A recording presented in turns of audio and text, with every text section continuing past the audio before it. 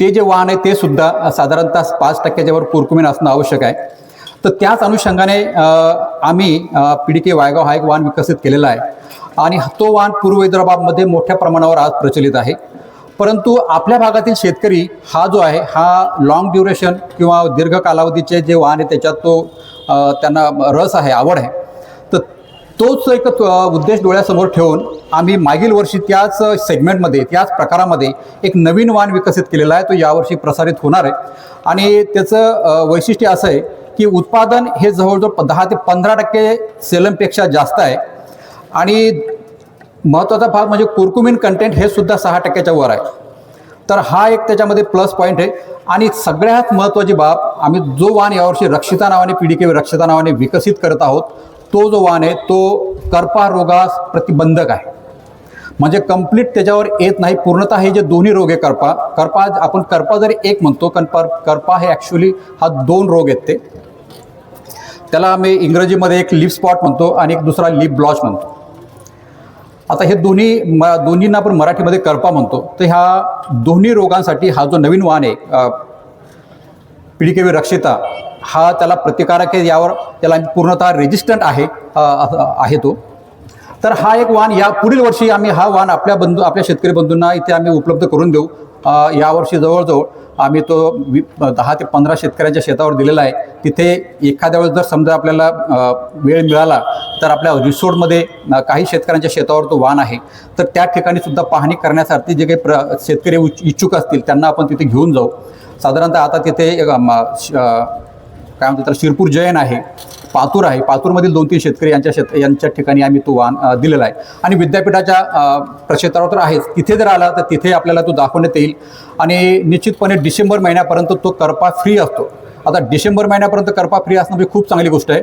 साधारणतः आपल्याकडे करपा हा ऑक्टोबर महिन्यापासून सुरू होतो. तर हे होतं या वाणाच्या बाबतीत. आणि आपल्याकडे जे काही आता प्रचलित वाण आहे हे 2-3 वाण आहेत. तर या वाणांचा वापर करा. इतर वाणाबद्दल मी जास्त बोलणार नाही. आणि दुसरी एक महत्त्वाची गोष्ट आहे या ठिकाणी की ही जी लागवड आहे, लागवडीची वेळ ह्या पिकाला खूप महत्त्वाची आहे. लागवडीची वेळ महत्त्वाची याच्यासाठी आहे की हे लॉंग ड्युरेशन पीक आहे. 6 महिने ते 9 महिने कालावधीचं पीक घेतं आहे.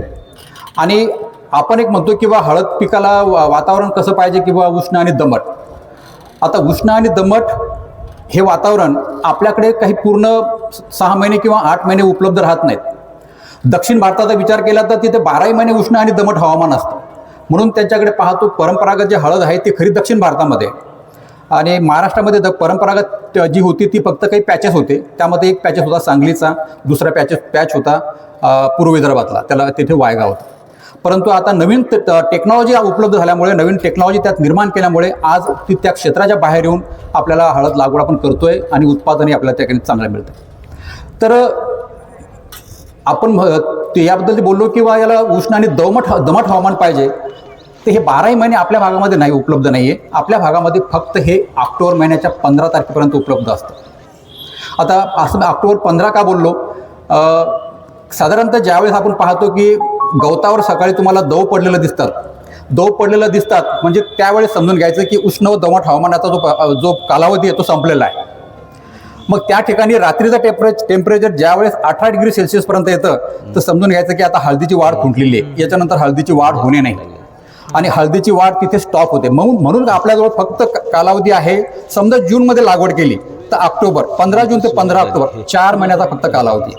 ह्या 4 महिन्यामध्ये आपल्याला हळदीची वाढ जितकी जास्त करता येईल, म्हणजे जितकी जास्त म्हणजे एकदम जास्त पण नको, ते पण सांगतो मी तुम्हाला काय नको. साधारणतः 15 ते 20, 15 ते 17 पानं एका थोंबाला आली पाहिजे, एका झाडाला नाही, एका थोंबाला.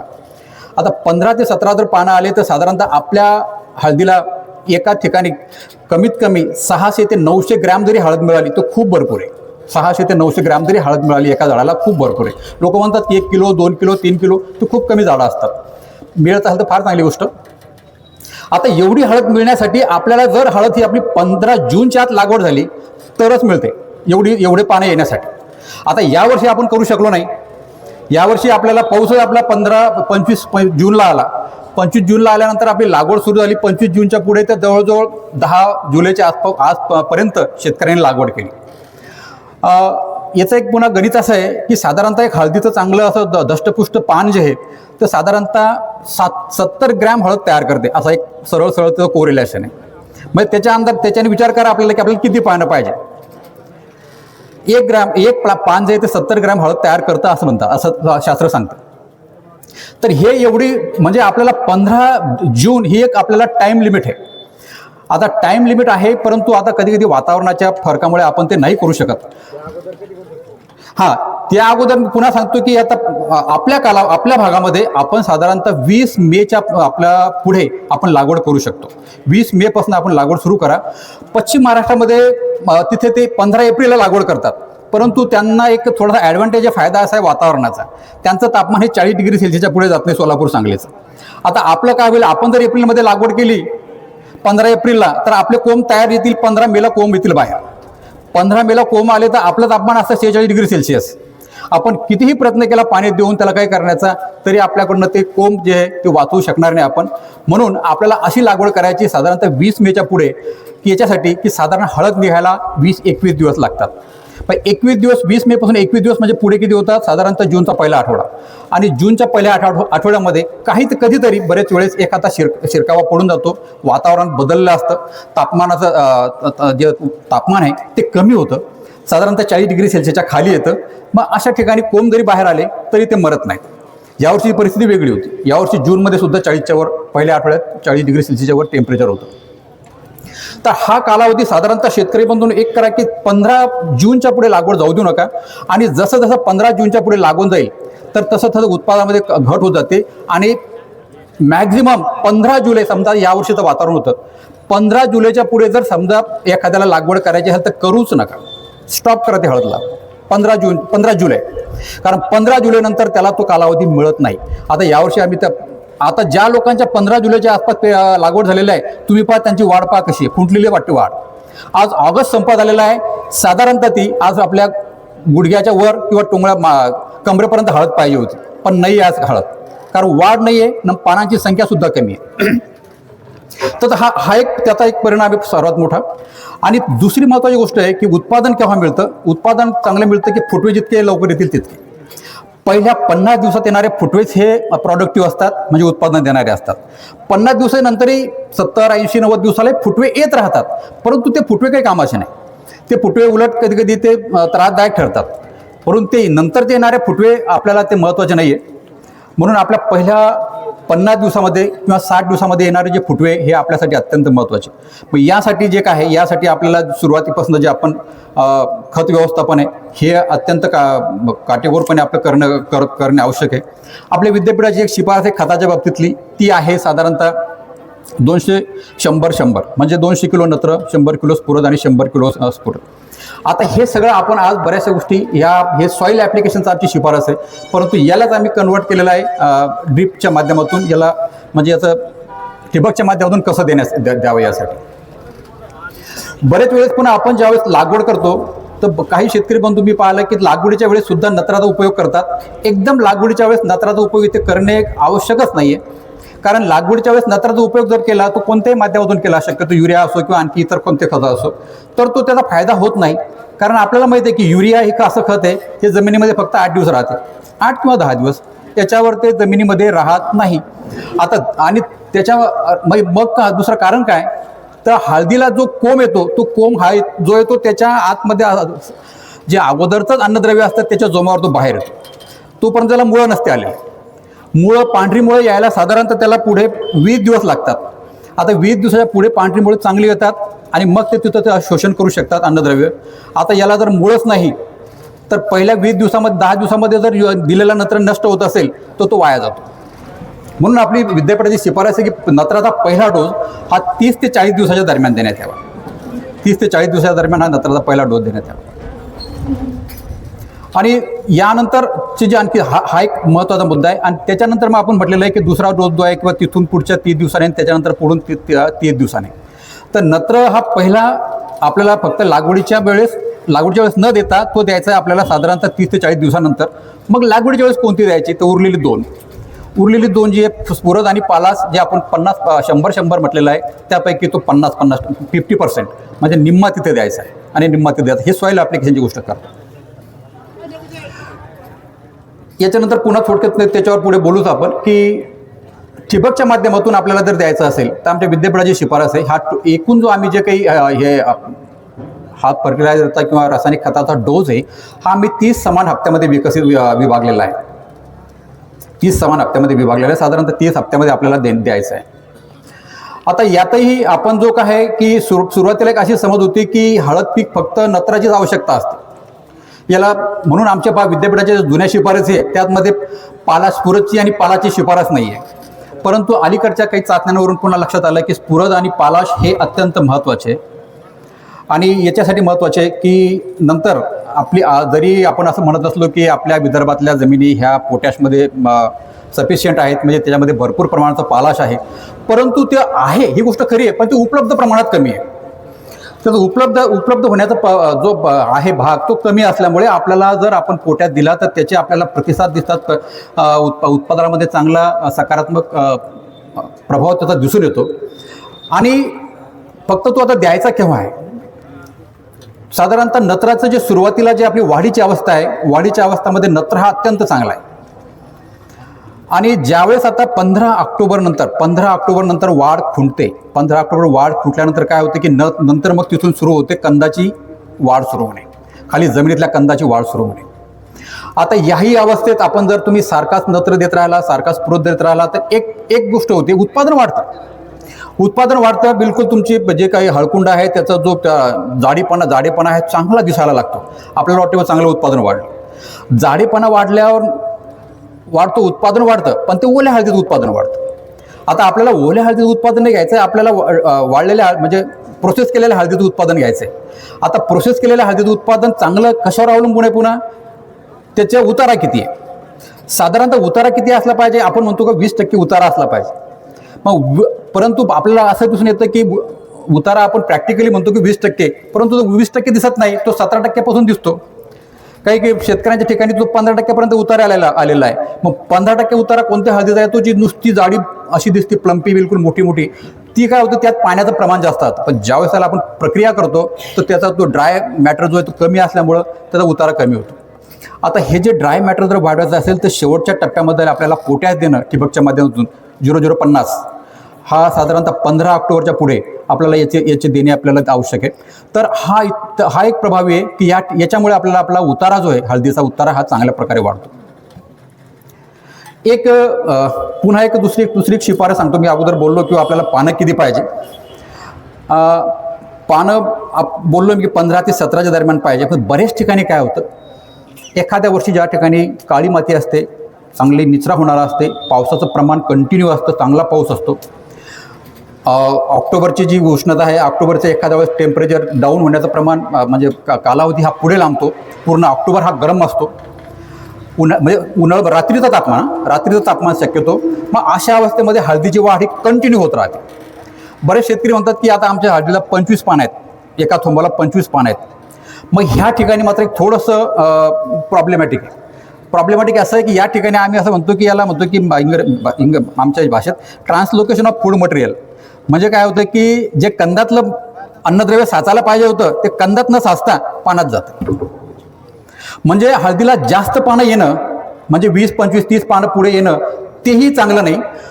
यावर्षी तसं होणार नाही, यावर्षी होण्याचे चान्सेसच नाही आहे. हे फक्त जेव्हा होतं की ज्या वर्षी पाऊस हा कंटिन्यू असतो आणि लागवड खूप अगोदर झालेली असते, 15 मेची किंवा मे महिन्यातली लागवड असते, अशा हळदीमध्ये हा प्रकार मोठ्या प्रमाणात दिसून येतो. मग असं जर होत असेल, समजा ज्या ठिकाणी तुमची पानांची संख्या 20च्या पुढे आता जाण्याची दिसते, वाढ तुमची इथपर्यंत येते डोक्यापर्यंत. बरेच शेतकरी दाखवतात उभे राहून की डोक्यापर्यंत हळद आहे. ते डोक्यापर्यंत हळदही चांगलं नाही, कारण त्याच्यामध्ये खालचं उत्पादन जे कंदाचं उत्पादन कमी होतं आणि सगळं फूड मटेरियल पानामध्ये जातं. मग ह्या ठिकाणी आपल्याला साधारणतः ऑक्टोबरच्या त्या महिन्यामध्ये आपल्याला एक शिफारस आहे सायकोसिलची. सायकोसिल आपल्या सर्वांना माहिती आहे. सायकोसिल हा लिओसिनचं जे आहे, लिओसिनला सायकोसिल म्हटलं जातं. तर लिओसिन याचं तूप आहे त्याला 0.5 किंवा सरळ त्याला काय आपण दुसऱ्या भाषेमध्ये 250 ppm एक कमीत कमी डोज आहे. 250 ppmचा कमीत कमी आहे. तसे तर 500 ppm पर्यंत, पण 250 ppm सुरुवातीला त्याची जर दिली तर निश्चितपणे त्याला त्याची वाढ थांबवते आणि ती वाढ थांबली, शाखीय वाढ थांबली की कंदांमध्ये त्याचं रूपांतरित होते. ही शिफारस आपली नाही, ही तामिळनाडू कृषी विद्यापीठाची आहे. आपल्याकडे सध्या काम सुरू आहे त्याच्यावर. तर ती शिफारस मला वाटतं 1-2 वर्षामध्ये ती एखाद्या पुढच्या वर्षी शक्यतो येऊन जाईल. तर ही एक चांगली शिफारस आहे, पण ही नेहमी कामाची नाही, नेहमीसाठी याचा वापर करू नका. नेहमीसाठी वापर म्हणजे करण्याची आवश्यकता नाही. यावर्षी तर नाहीच नाही. यावर्षी तर उलट आपल्याला थोडंसं वाढवू नये, तर त्याच्यासाठी मी सांगतो काय करायचं. आता ही वाढ यावर्षीच्या तुलनेत आपल्याला काय करावं लागेल, ह्या वर्षीच्या परिस्थितीत काय करावं लागेल. वाढ तर पाहिजे, पानं लहान आहे, कंदांची पानांची झाडाची वाढ कमी आहे, पानांचा संख्या कमी आहे. तर या ठिकाणी पुन्हा बरेच जे काही संजीवक आहे, या संजीवकाची शिफारस आमची झालेली आहे मागच्या 2 वर्षापूर्वी. त्यामध्ये आहे जिब्रालिक ॲसिड. जिब्रालिक ॲसिड सर्वांना माहिती आहे, जीब म्हणतात. तर जिब्रालिक ॲसिडचे जे शिफारसी ही साधारणतः 40व्या दिवशी, आता 40 दिवस आता होऊन गेले, मला वाटतं 50 दिवस झाले असेल बरेचसे ते, पण तरी काही हरकत नाही. जिब्रालिक ॲसिड 50 ppm 50 ppm ह्या तीव्रतेच्या साधारणतः तुम्ही 2 फवारण्या 10 ते 15 दिवसाच्या अंतराने करा. ज्यांची हळद बरीच ठिगणी असेल त्या ठिकाणी या ठिकाणी याचा आपण वापर करा. आता हा इथे आपल्याला वाढ चांगली होण्यासाठी आपल्याला फायदेशीर ठरेल. तसेच पुन्हा दुसरा जो आहे वाढीसाठी एक मागील वर्षी आमच्या विद्यापीठाने एक मायक्रोन्यूट्रियंट्स विकसित केलेले, आम्ही PDKV मायक्रोन्यूट्रियंट्स म्हणतो. सर्वांना माहीत आहे. मला वाटतं मागच्या वर्षी मी अमोलजींनाही बोललो होतो. तर ते उपलब्ध आहे PKVमध्ये, PDKV मायक्रोन्यूट्रियंट ग्रेड 2. तर याच्याही साधारणतः ह्या ठिकाणी 15 दिवसाच्या अंतराने 2 फवारण्या त्या ग्रेड 2च्या. तर हे सुद्धा एक वाढीसाठी पोषक आहे. आणि याच्यामध्ये आम्ही बरेचसे जे महत्त्वाचे मायक्रोन्यूट्रिएंट हळदीसाठी सर्वात म्हणजे अत्यंत संवेदनशील आहेत, ते थोडंफार जरी ते कमी पडला तर हळदीवर त्याचे सिम्पटम दिसतात आणि उत्पादन घटतं. ते म्हणजे झिंक आणि आयर्न, म्हणजे त्याला आपण म्हणजे लोह आणि जस्त. तर याच्यासाठी एक पहिली जी शिफारस विद्यापीठासाठी हे कमी पडू नये, एक शिफारस आहे. साधारणतः लागवडीच्या वेळेसच प्रति हेक्टरी 15 किलो झिंक सल्फेट आणि फेरस सल्फेट. किती लोकांनी टाकलं झिंक सल्फेट आणि फेरस सल्फेट. आणि शक्यतो याचा जो प्रादुर्भाव याचा जो प्रमाण आहे कमी असण्याचं, ज्या ठिकाणी कॅल्कॅरियस सॉइल आहे किंवा आपण त्याला चुनखडीची जमीन म्हणतो, तर चुनखडीच्या जमिनीमध्ये याचा जो प्रादुर्भाव आहे किंवा दिसायला ताबडतोब दिसतो, साधारणतः ऑगस्ट-सप्टेंबर महिन्यामध्ये दिसायला सुरुवात होते. तर असं ज्या ठिकाणी असेल तर त्या शेतकऱ्यांनी हे निश्चितपणे पुढील वर्षीपासून वापर करा. निश्चितपणे त्याचा उत्पादनावर चांगला परिणाम दिसून येतो. ज्यांनी वापरलं असेल तर त्यामुळे PKV ग्रेड मायक्रोग्रेड 2चे निश्चितपणे दोन फवारण्या आता द्याव्या.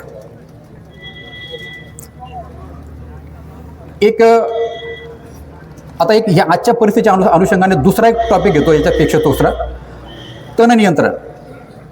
आता तण नियंत्रणामध्ये बरेचसे आपल्या शेतकरी बंधू काही ठिकाणी मोठ्या प्रमाणात मॅन्युअली किंवा मजुरांमार्फत आपण तण नियंत्रण करतो, ते ठीक आहे. परंतु विद्यापीठाच्या आमच्या शिफारसी केमिकल वीडसाईडच्या त्या 2 शिफारसी आहेत. तर त्या 2 शिफारसी, त्याच्या पहिली जी शिफारस आहे त्याच्यामध्ये ॲट्राझिन आणि पेंडामेथिलिन याची शिफारस आहे. ॲट्राझिन आणि पेंडामेथिलिन सर्वांना माहीत असेल. तर याची जी शिफारस आहे ही साधारणतः उगवणपूर्व आहे. उगवणपूर्व म्हणजे लागवड झाल्यानंतर 3-4 दिवसामध्ये मारायची. लागवड झाल्यानंतर 3-4 दिवसामध्ये. याला तसा प्रॉब्लेम नाही, कारण साधारणतः 15 दिवस तर त्यात कोंब निघतच नाही. तर पहिल्या 3-4 दिवसामध्ये जमिनीमध्ये चांगला ओलावा असेल तर साधारणतः 6 ml प्रति लिटर हे प्रमाण घेऊन याची आपल्याला फवारणी करायची आहे. आणि पहिल्या 3-4 दिवसामध्ये जर केलं चांगल्या ओल्या जमिनीमध्ये तर चांगले रिझल्ट दिसून आलेले आहे. त्यापैकी पेंडामेथिलिन घ्या किंवा ॲट्राझिन घ्या, त्याची चांगली शिफारस आहे. आता यानंतर महत्त्वाचं जे तण नियंत्रण आहे ते म्हणजे उभ्या पिकात. आता उभ्या पिकाची आमची अजून शिफारस आलेली नाही, यावर्षी प्रयोग चालू आहे. दुसरा आता जे सध्या जो आहे कालावधी, या ठिकाणी जो एक रोगाचा प्रादुर्भाव सुरू होतो, रोग आहे मोठ्या प्रमाणावर करपा आणि कंदकूज. तर कंदकूज आपल्या भागामध्ये अजून तरी त्याची जी थ्रेशोल्ड लेवल आहे त्याच्यावर गेलेला नाही. कंदकूज किती लोकांकडे आलेला होता मागच्या वर्षी? आला होता म्हणजे तरी प्रमाण बरंच कमी असेल, कारण जो हिंगोली ट्रॅक्ट आहे किंवा बराचसा मराठवाड्याचा ट्रॅक्ट आहे तिथे कंदकूज हा मोठ्या प्रमाणावर प्रादुर्भाव येतो. बऱ्याच शेतकऱ्यांना तो एवढ्या मोठ्या प्रमाणावर सतावतो की जवळजवळ 30-40% पर्यंत तिथे नुकसान दिसून आलेलं आहे. तरी ठीक आहे, तरी आपण सतर्क राहायलाच पाहिजे. आता जो करपा आहे हा करपा 2 प्रकारचा आहे. करपा आपण त्याला एकावर एक साधे ठिपके बारीक ठिपके पानावर असतात, त्याला इंग्रजीमध्ये ब्लॉच म्हटलं जातं. आता मराठीतला जो ठिपका आहे तो ठिपके ठिपके यात थोडा फरक आहे. आता जो लिप स्पॉट आहे त्याला जो लिप स्पॉट आहे म्हणतो जाडा ठिपका असतो. आता हा जो जाडा ठिपका असतो तुम्ही पाहिलं असाल की एक पानाच्या एक कडा अशी पूर्ण वाळत सुरू होते, तपकिरी रंगाचा त्याला येतो, ते पान तिथून वाळत वाळत पुन्हा मोठं होतं.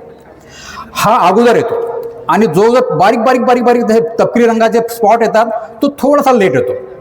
आणि पण दोघेही नुकसानकारक आहे, दोघेही नुकसानकारक आहे. आपल्याला ते दिसतात आपल्याला सप्टेंबर महिन्यात 15 सप्टेंबरला दिसून येतात, परंतु याची लागण खरी केव्हा झालेली असते? याची लागण झालेली असते जुलै महिन्यात. आता जुलै महिन्यात लागण होते ही आपल्याला तो जुलै महिन्यात दिसत नाही. जुलै महिन्यात दिसत नसल्यामुळे आपल्याला वाटतं की आपलं पीक हे डिसीज फ्री आहे, रोगमुक्त आहे, आणि त्याच्यामुळे आपण थोडंसं दुर्लक्ष करतो. परंतु लागण होते जुलै महिन्यात. का होते की साधारणतः त्यावेळेस ढगाळ वातावरण आहे. आता हाही जुलै महिना पहा, ऑगस्ट महिना पहा, हे यावर्षीचा भाग सोडा, परंतु वातावरण थोडंफार तरी ढगाळ असतं, कुठेतरी रिमझिम असते. आणि ह्या रिमझिम आणि या ठिकाणी त्याला आर्द्रता भरपूर असते, 70% 100% आर्द्रता असते. तर हे ह्या रोगाचे जे बीजाणू असतात यांना हे मानवतं आणि ते पानावर तुमच्या तिथे घर करतात आणि ते हळूहळू मोठी होऊन सप्टेंबर महिन्यामध्ये ते दिसायला सुरुवात होते. तर याचं नियंत्रण तिथूनच आपल्याला करायचं आहे. पूर्वी जी आपली शिफारस होती की जे आपल्या लेबल क्लेममध्ये होतं की मँकोझेप होतं, तर मँकोझेपची शिफारस होतीच. तर मँकोझेपही किंवा M45 शेतकरी त्यांनी जे साधारणतः 25 ते 3 ग्रॅम 10 लिटर पाण्यातून वापरायचं 30 ग्रॅम, तर ते फवारात. परंतु अलीकडे नवीन जे काही आता बुरशीनाशक आलेले आहेत, ॲमिस्टार नाव ऐकलं असेल, ॲमिस्टार नाव ऐकलं तर ॲमिस्टार हे सुद्धा चांगलं आहे. साधारणतः 12 दिवसाच्या अंतराने हे घ्या. तर हेही चांगलं हे बुरशीनाशक आहे. आणखी बरेचसे बुरशीनाशक बाजारात आलेले आहे, परंतु ते लेबल क्लेम नसल्यामुळे आम्ही ते सांगत नाहीत. आता ॲमिस्टार योगायोगानं लेबल क्लेम आहे.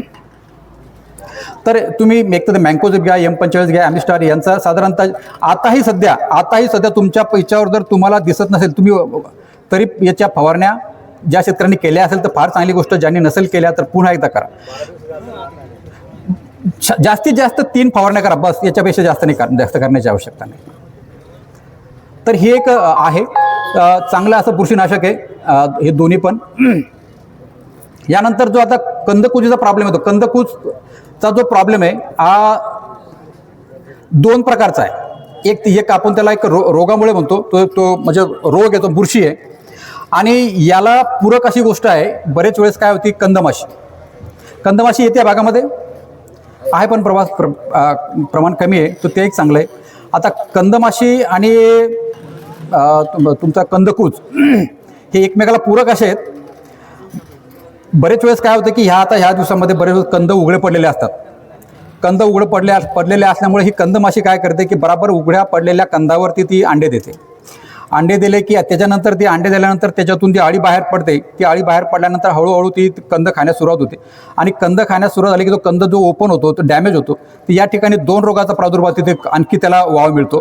तो म्हणजे कंदकूज आणि दुसरा आहे नेमॅटोड. आता नेमॅटोड हे आपलं असं वाटतं की नेमॅटोड एवढा काही मोठी म्हणजे नुकसान करणारी किडी नाही, पण हळदीमध्ये नेमॅटोड सुद्धा अत्यंत मोठ्या प्रमाणात नुकसान करून जाते. ते मोठ्या प्रमाणात नुकसान याचं असं होतं की झाड वाळत नाही, परंतु आधी खाली कंदांची मात्र वाढ होत नाही. झाड मध्यम वाटतं, थोडीशी वाढ खुंटवतं ते नेमॅटोड. तर ह्या दोन्ही गोष्टींना तिथे प्रादुर्भाव देतं, म्हणजे चालना देतं. तर निश्चितपणे त्यासाठी एक साधा सरळ उपाय आपला ह्या हळदीला 2 भर देणं आवश्यक आहे, की जेणेकरून तुमचा कंदसुद्धा उघडा पडला नाही पाहिजे. कंद उघडा पडला नाही की निश्चितपणे त्या ठिकाणी आपल्याला त्या ठिकाणी जो प्रायमरी इन्फेक्शनचा जे चान्सेस असतात ते तिथून कमी होतात. भर देतात तुमच्याकडे भर देतात. भर ही हळदीतली एक अत्यंत महत्त्वाची प्रॅक्टिस आहे. एक असं दिसून आलं आहे की दोन्ही जर भरी दिल्या नाही, समजा भर दिले नाही तर साधारणतः 15 ते 20% उत्पादन कमी होतं. आता याचे 2-3 कारण आहेत. भर देताना फायदे काय होतात? भर देताना फायदे असे होतात की पहिला फायदा आहे की आपल्याला त्या ज्या ठिकाणी भर देताना तण नियंत्रण होतं त्या ठिकाणी. दुसरा फायदा की तुमचे कंद झाडाला चांगला आधार मिळतो, कंद झाकल्या जातात आणि पुन्हा वरच्या थरातलं मॉइश्चर टिकून राहतं किंवा आर्द्रता टिकून राहते. तो एक आहे. आता पुन्हा याच्यामध्ये एक थोडीशी काळजी घ्यावी लागते. कंद आपल्याला भर कोणत्या महिन्यापर्यंत द्यायची? कारण साधारणतः जुलै ऑगस्ट महिन्यापर्यंत आपल्याला भर द्या, सप्टेंबरच्या पहिल्या आठवड्यापर्यंत भर द्या. परंतु 15 सप्टेंबरच्या पुढे 15 सप्टेंबर किंवा ऑक्टोबर महिन्यामध्ये भर जर दिली नसेल तर हलकी भर देता आली तर करा. किंवा ज्यावेळेस बरेच वेळेस काय करतं की आपण काय करतो की मोठं आपलं एखादा थोडंसं कल्टिवेटर घालून किंवा छोटासा नागर घालून आपण भर देतो छोट्या ट्रॅक्टरच्या सहाय्याने, तर ते करू नका. कारण साधारणतः सप्टेंबर महिन्यानंतर ज्यावेळेस जो जारवा असतो ना, आपण तो जारवा जी मुळं असतात ही हळदीला तो जारवा तुटतो आणि सप्टेंबर महिन्यानंतर पुन्हा नवीन जारवा येण्याची जी क्षमता असते हळदीतली संपलेली असते. कारण त्यावेळेस त्याचं लक्ष असतं कंद वाढवण्याकडे. तो जारवा एकदा तुटला की तो पुन्हा भरून निघत नाही. तो भरून निघण्याचे चान्सेस जुलै आणि ऑगस्ट महिन्यामध्ये तुम्ही तुटले तरी ते प्रुनिंगसारखं होतं, पुन्हा जारवा भरून निघतो. पुन्हा जारवा भरून निघाल्यानंतर काय होतं की मग त्याला तेवढा शॉक बसत नाही. परंतु 15 सप्टेंबरच्या पुढे जर तुम्ही भर द्यायचा प्रयत्न केला, मुळं तुटले तर ते शॉक बसतो, त्याचा परिणाम उत्पादनावर होतो. आणि भर दिल्यानंतर दुसरी जबरदस्त प्रॅक्टिस पहिले की ताबडतोब इरिगेशन, म्हणजे पाणी देणं त्याला अत्यंत आवश्यक आहे की जेणेकरून तो पुढचा शॉक बसू नये. आता पाणी कसं द्यावं याच्याबद्दल एक थोडक्यात सांगतो. आता पावसाळा आहे, साधारणतः आपण पावसाळ्याच्या मॅनेजमेंटमध्ये पाणी बरेच वेळ कंटिन्यू पाऊस असतो तर त्यावेळेस पडत नाही. परंतु याला खरं इरिगेशन मॅनेजमेंटची गरज पडते पहिले 45 दिवस, लागवडीनंतर पहिले 45 दिवस या ठिकाणी महत्त्वाचे. आता पहिल्या 45 दिवसात काय की साधारणतः लागवड करतो आपण समजा मेच्या एंडिंगला किंवा जून फर्स्ट वीकला. पाऊस एखादा पडून गेलेला असतो, जमिनीची ओलावा असतो, आर्द्रता असतो आणि त्याच वेळेस आपण याची लागवड करतो. आता लागवड केल्यानंतर हळद ही आपण लागवड किंवा कंद जास्तीत जास्त किती बोटं खाली असतो? 3 बोटं खाली असतो. 4 बोटं असेल तर फारच चांगलं. एखाद्या वेळेस वर असतात ते अर्धवट ते उघडे पडलेले असतात, ते खूप घातक. आता यात काय होतं की सुरुवातीला त्याला कंद ज्यावेळेस पहिलं पाणी घेतो बाहेरून म्हणजे जमिनीतून, आणि त्याच्यात त्याला थोडंसं मॉइश्चर भेटलं की त्याची प्रक्रिया सुरू होते कोंब बाहेर निघण्याची. आणि कोंब बाहेर निघण्याची प्रक्रिया सुरू झाल्यानंतर मात्र त्याला मिळणारं जे मॉइश्चर हे कंटिन्यू असायला हवं. आता जर समजा अशा वेळेस आपली लागवड झालेली आहे, पाऊस नाही पडलेला आहे आणि पाऊस नाही पडला, एखाद्या वेळेस काय होतं की आता यावर्षी झालं तसं की बरेच शेतकऱ्यांचे प्रॉब्लेम्स आलेले आहेत. पाऊस नाही पडला, आपल्याकडून ठिबकचं पाणी देतो किंवा स्प्रिंकलरचं देतो, कुठेतरी कमी जास्त फरक पडतो 1-2 दिवसाचा. तापमान बाहेरचं भरपूर आहे, तर तापमान जर जास्त असेल, हवा जर जोरानं वाहत असेल तर पहिला परिणाम काय होतो की पहिल्या थरातलं मॉइश्चर, वरच्या थरातलं मॉइश्चर, आर्द्रता ही झपाट्याने कमी होते आणि त्याच्यानंतर कंदाला लागणारे जे पाणी पाहिजे जमिनीवर येणार ते कमी पडतं. आणि कमी पडल्यानंतर त्याने तो कोंब तर अर्धवट बाहेर आलेला असतो किंवा अजून प्रक्रिया सुरू झालेली असते आणि नंतर जर पाणी नाही मिळालं तो कंद तिथे सडतो. यावर्षी बऱ्याच शेतकऱ्यांची समस्या आलेली आहे. तर सुरुवातीला लागवडीचे पहिले 40 दिवस साधारणतः पर्यंत जमिनीतली आर्द्रता अशी ठेवा की साधारणतः एक सिंपल त्याला टेक्निक आहे. आपण ज्यावेळेस जमिनीत बोट टोचतो तर ते थोडंसं आत गेलं पाहिजे की समजून घ्यायचं की हे मॉइश्चर सफिशियंट आहे. हेच अशाच प्रकारचं मॉइश्चर पुन्हा साधारणतः ज्यावेळेस पावसाळा संपतो म्हणजे ऑक्टोबरच्या पासून तर साधारणतः जानेवारी महिन्यापर्यंत ह्या प्रकारची एक सिंपलची टेस्ट आहे की साधारणतः काडी टोचून पाहणे, काडी इझिली जाते, मॉइश्चर असेल तर ते मॉइश्चर याच्यासाठी बेस्ट आहे. एक तुमचा अनुभव असेल, बरेच वेळ सांगतो की हळद ह्याचं पीक आहे, याला तुम्ही 1 महिना पाणी नका देऊ, वाळत नाही. इव्हन ऑक्टोबर महिन्यात जरी पाणी दिलं तर कधी सुकत नाही. हे जे सुकतं फक्त असं वेगळ्या पद्धतीने सुकतं. तुम्ही जर पाहाल की एकदम तुम्ही जर सकाळी गेला, ज्या ठिकाणी जमिनीत ज्यावेळेस भरपूर पाणी असतं तर सकाळी गेला तर पान टवटवीत असतं, असं पान बिलकुल असं प्लेन असतं, त्याच्या ज्या कडा असतात त्या तट असतात. दुपारी जमिनीमध्ये कितीही पाणी असलं, 12 वाजले, 12, 2 ते 3च्या दरम्यान पानाच्या कडा थोड्याशा अशा होतात. तुम्ही आजही पानाच्या कडा आतल्या बाजूला सरकतात, म्हणजे त्याचं ते एक मेकॅनिझम आहे स्वतःला त्या उष्णतेपासून थोडं वाचवण्यासाठी. आणि संध्याकाळी पुन्हा ज्यावेळेस उष्णतामान कमी होतं, सूर्य मावळतीला जातो, पानाच्या कडा पुन्हा सरळ होतात, तट होतात. आता हे नॉर्मल सिच्युएशनमधलं. परंतु ज्यावेळेस हळदीला पाण्याचा ताण पडलेला असतो तर तुम्ही संध्याकाळी जरी शेतात गेला तर ते पानाचे जे कडा आहेत ते ताट नाही होत, ते असे झुकलेले असतात. त्यावेळेस समजून घ्यायचं की याला चांगला ताण बसलेला आहे पाण्याचा. तर अशा वेळेस जर अशा अवस्थेत त्याला इमिजिएट पाणी देणे किंवा कोणती पाण्याची व्यवस्था करणे अत्यंत महत्त्वाचं आहे की जेणेकरून तुमच्या उत्पादनावर याचा विपरीत परिणाम होणार नाही. ही एक महत्त्वाची बाब या ठिकाणी. ही सिंपल आपण पाणी देण्याच्या बाबतीतलं आहे. आणि पाणी देताना साधारणतः हे तुम्हाला आता व्हरायटीनुसार वेगवेगळं आहे. आता ज्या 6 महिन्याच्या व्हरायटी आहे तर त्यांना साधारणतः तुम्ही डिसेंबरपर्यंत पाणी द्या, डिसेंबरच्या 15-20 डिसेंबरपर्यंत, म्हणजे PDK वायगाव. आता तुमची जी व्हरायटी आहे ही साधारणतः आपली जी सेलम जी व्हरायटी आहे तर सेलम व्हरायटी जाते साधारणतः 8.5-9 महिने. 8.5-9 महिने तर म्हणजे साधारणतः काढणीपासून काढणीपासून जवळजवळ 22 ते 25 दिवस किंवा 25 दिवस अगोदर पाणी बंद करा. 20, 22, 25 दिवस. आता याचा फायदा असा होतो की बरेच वेळेस नंतरही पाणी देत राहिल्यानंतर सेलममध्ये तर आणखी दुसरा एक थोडासा आहे, त्याच्यात रिगरस ग्रोथ आहे, कंटिन्युअस ग्रोथ आहे सेलमला तुम्ही जर एप्रिल महिन्यात ते पाणी दिलं त्याला कोंब येते, त्याला कोंब कंटिन्यू. आणि ते जे त्यावेळेस येणारे कोंब आहे ते नुकसानकारक आहे. कारण ते काय करतात की ते आतलं अन्नद्रव्य काढतात. कारण त्यावेळेस तुम्ही काही खतं टाकत नाही, कोणता प्रकार टाकत नाही, तर मग हे अन्नद्रव्य कुठून घेईल? ऑलरेडी असलेल्या कंदातून. आणि मग तो पुढे काय करतो की उतारा जो तुमचा आहे 20-21% यायला पाहिजे तो आणतो 17%. म्हणून आपल्याला शेवटच्या टप्प्यामध्ये पाणी बंद करणे हे अत्यंत गरजेचं आहे की जेणेकरून त्याला बरेच वेळेस ते कंद कोंब येतात, कुठेतरी कंद बाहेर आलेला असतो, त्याला थोडंसं मॉइश्चर लागलं तर त्यामधनं तुम्हाला तिथे कोंब बाहेर येणार तर दिसून येतं. तर हे टाळण्यासाठी साधारणतः 20-25 दिवस अगोदर पाणी बंद करा, हे एक अत्यंत महत्त्वाचं आहे. हां, एक पुन्हा नेमॅटोडचं बोलतो. हां, नेमॅटोडचा एक विशेष निघाला होता. नेमॅटोड आपल्याला जरी वाटत असलं की हा तेवढी घातक पेस्ट नाही आहे किंवा किडी नाही आहे, परंतु ती बऱ्याच ठिकाणी आता ज्या ठिकाणी तुमचं कंटिन्युअस क्रॉपिंग असतं, म्हणजे दरवर्षी पिकं घेणं चालू असतात, उन्हाळ्यामध्ये सुद्धा बरेचसे दुसरे पुन्हा पिकं घेतले जातात, अशा ठिकाणी नेमॅटोड पनपतो. तर हळदीमध्ये काय होतं की तो नेमॅटोड मुख्यतः ज्यावेळेस कंद पोसण्यास सुरुवात होते त्यावेळेस याची लागण जर झाली तर कंदाची वाढ होत नाही, झाडांची वाढ ठेंगणी राहते. तर यासाठी सिम्पलचं टेक्निक आहे, दुसरं काही करायचं नाही. बाजारामध्ये भरपूर नेमॅटिसाइड उपलब्ध आहेत, तेही वापरू नका. एकरी 2 क्विंटल फक्त निंबोळी पेड वापरा. एकरी 2 क्विंटल म्हणजे एकरी 5 क्विंटल निंबोळी पेड मिळते. ही साधारणतः 30 दिवसानंतर त्याची टाकण्यात यावी. म्हणजे चांगली उगवण झाली 30 ते 40 दिवसा दरम्यान ज्यावेळेस उगवण होते ना त्यावेळेस ही वापर करायचा. दुसरं आणखी एक भाग आहे की आता हे नेमॅटोडच्या बद्दल झालं. आज आम्ही आता या ठिकाणी बायोमिक्स आणलेलं आहे, त्या ठिकाणी ट्रायकोडर्मा आणलेलं आहे. हा तोही सांगतो. दोन्ही हे विक्रीसाठी आणलेलं आहे. तर साधारणतः याचं जे प्रमाण आहे हे तर आम्ही विद्यापीठात प्रति एकरी आपण साधारणतः 2 लिटर आहे. तर 2 लिटर तुम्ही वापरत असाल तर वापरताना काय करायचं की 2 लिटर घेऊन साधारणतः 100 लिटर पाण्यामध्ये त्याला करायचं आणि मग वेंचुरीच्या माध्यमातून आपण याला देतो. तर साधारणतः हे किती वेळ द्यायचं तर तुम्ही साधारणतः जून, जुलै आणि ऑगस्ट महिन्यापर्यंत साधारणतः आपल्याला 3-4 वेळेस तरी दिलं तरी चालतं, किंवा महिन्यातून एकदा, जास्त महिन्यातून वन्स इन अ मंथ, महिन्यातून एकदा देणे आवश्यक आहे. आणि त्याचा उपाय तर वाढीवर होतो. आणि ट्रायकोडर्मा आहे तर ट्रायकोडर्मा मूळकूस सारख्या याच्यासाठी प्रादुर्भाव कमी करण्यासाठी आपल्याला चांगला दिसून येतो. तर हे त्याचे आहेत. तर आम्ही आता आमच्याकडे बायोमिक्स मोठ्या प्रमाणावर बायोमिक्सचा चांगला परिणाम असे दिसून आलेले आहेत.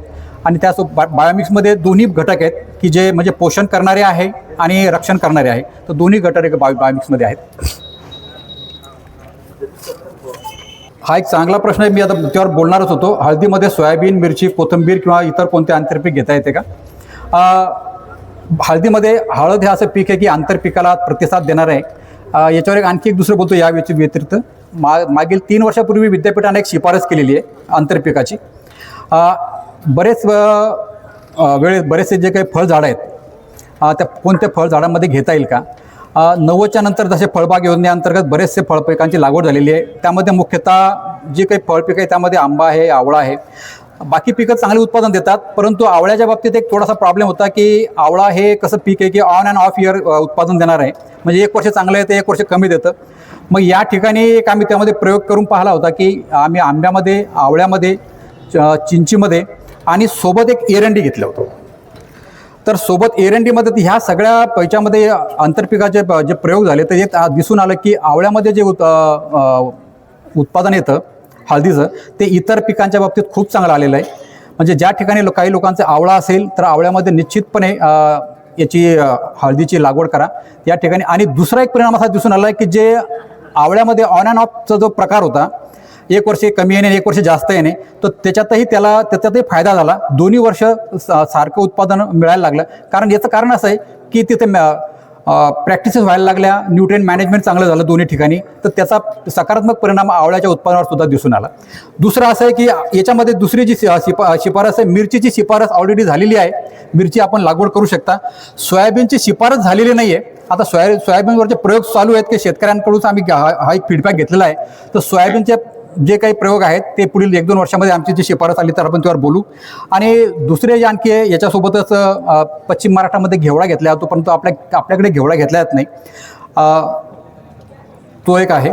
आणि त्यानंतर जे एरंडी जी घेतली गेली होती, तर त्या आवळ्याच्या खालोखाल एरंडीचं उत्पादन हे चांगलं होतं. ॲक्च्युली एरंडीची आम्हाला शिफारस करायची होती, पण ती टॉपला आवळा असल्यामुळे आम्हाला एरंडीची शिफारस करता आली नाही. परंतु मी निश्चितपणे सांगतो की ज्या ठिकाणी एरंडी घेत असाल तर त्या ठिकाणी एरंडीसुद्धा घेऊ शकता. एरंडीचा फायदा असा आहे की हे जे हळद पीक आहे याला आम्ही म्हणतो की सेमी शेड लविंग, म्हणजे कसं आहे की तो अर्धवट सावली याला मानवते. ह्या पिकाला सायड मानवते, याच्यावर सावली जरी पडली तर याचं नुकसान तेवढं होत नाही, उलट याला चांगला असा फायदा होतो. म्हणून हे कोणत्याही सावलीच्या याच्यामध्ये ज्या ठिकाणी अर्धवट सावली येत असेल तर या ठिकाणी हे पीक तुम्ही आंतरपीक म्हणून याच्यामध्ये घेऊ शकता. सोयाबीनचं साधारणतः एक चांगले रिझल्ट आम्हाला सकारात्मक आलेले आहे, पण शिफारस झालेली नाही म्हणून काही सध्या बोलत नाही त्याच्यावर. शिफारस साधारणतः पुढच्या वर्षी शक्यता आहे. एक दुसरा असा प्रश्न आहे की त्या वाढीची अवस्था थांबलेली आहे, त्यासाठी पॅक्लोपिट्रोझाल वापरावे का? आता पॅक्लोपिट्रोझाल आपण हे वापरतो कशासाठी? हे साधारणतः वाढ थांबवण्यासाठी वापरतो, की जेणेकरून पुढे प्रोडक्टिव्ह ग्रोथ किंवा त्याला जी कंदाची वाढ आहे त्यासाठी पॅक्लोपिट्रोझाल वापरलं जातं. ज्या ठिकाणी वाढ थांबलेली असेल, वाढ फुटलेली असेल, तर यावर्षी तरी मी म्हणतो पॅक्लोपिट्रोझालचा वापर करू नका, कारण वाढ बरीच कमी आहे यावर्षी. तर पॅक्लोपिट्रोझाल मारण्याची आवश्यकता नाही आहे. आणखी काही प्रश्न आहे? सर, पाणी व्यवस्थापन कसं करायचं, किती दिवसांत करायचं, काय करायचं ते तर बोललो मी आता, पण पुन्हा एकदा सांगतो. आता ह्या अवस्थेमध्ये आता सध्या आपल्याकडे पाऊसमान कमी आहे, तर साधारणतः ठिबकच्या माध्यमाने आपल्याला आपण जे तुमच्या ड्रिपर जे असतात, ड्रिपर किती MM चे आहेत, किती कॅपॅसिटीचे आहेत, डिस्चार्ज किती आहे? अच्छा, ठीक आहे ना. साधारणतः 4 लिटरचे तुमचे असतीलच, तर 4 लिटर एक दिवसाआड जरी तुम्ही दिलं तरी भरपूर 4 लिटरचं असेल तरी एका तासासाठी एका दिवसाआड. यानंतर काही प्रश्न? मला वाटतं प्रश्न नाही आहे.